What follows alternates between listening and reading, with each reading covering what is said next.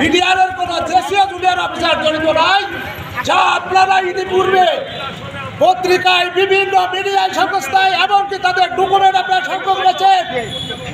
আমাদের পূর্ণ শুধু দাবি, আমাদের যারা জেলখানায় যে সমস্ত ভাই বিনা বিচারে মানবতার ভিতরে জীবনযাপন করছে তাদের মুক্তির জন্য আমরা আজ মানববন্ধন করছি। আমাদের চাকরিতে পূর্ণ বহাল করার জন্য মুক্তি দাবি করছি। আমাদের ৭৬তম ব্যাচ যারা ট্রেনিং শেষ হয় নাই কিন্তু তারা ওই সময় বহিষ্কার হয়ে যায়, তাদেরকে পুনরায় চাকরিতে বহাল করছি।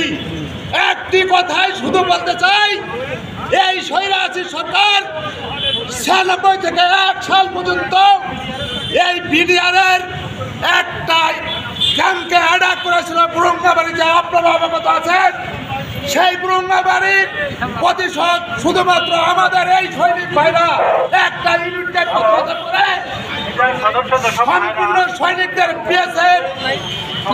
তাদের দূষণরা ৩৭৬ জন লোককে বাংলার বাড়িতে পিছিয়ে দিয়েছিল।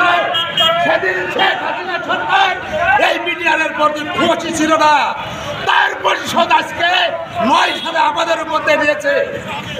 এর ছাড়া আমরা যে মানবতার ভিতরে জীবনযাপন করছি এ জাতি সবাই জানে।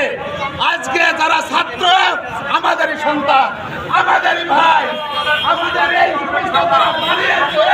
তারা তাদেরই সন্তান বিশ্ববিদ্যালয়, তাদের সন্তান হাই স্কুলে তারা রক্ত দিয়ে যে বিজয় ছিনিয়ে এনেছে তাদেরকে আমরা স্যালুট করি।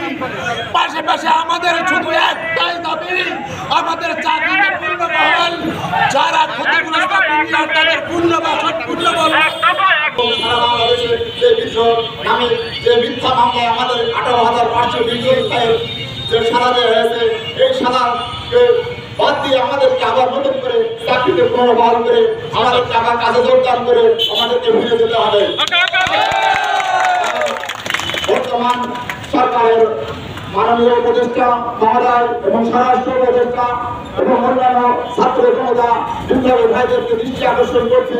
২০০৯ সালের পিলখানায় তদাকথিত বিডিআর হত্যাকাণ্ডের নামে যে দেশে একজন নারকীয় ষড়যন্ত্র শেখ হাসিনা স্বৈরাচারী সরকার দেশে সরকারকে শক্তিবদ্ধ করার জন্য, নিজেকে টিকিয়ে রাখার জন্য ১৬ বছর এই যে পিলখানার নারকীয় হত্যাকাণ্ড ঘটনা ঘটে, এই যে আমাদের যে বিডিআর বিদ্রোহের যে ক্ষতি হয়েছে এই ক্ষতি পুষিয়ে দেওয়ার নয়। আমরা আমাদের কাছে একটাই দাবি, আমাদেরকে আবার পুনর্বহাল করতে হবে চাকরিতে, কারণ আমরা একজন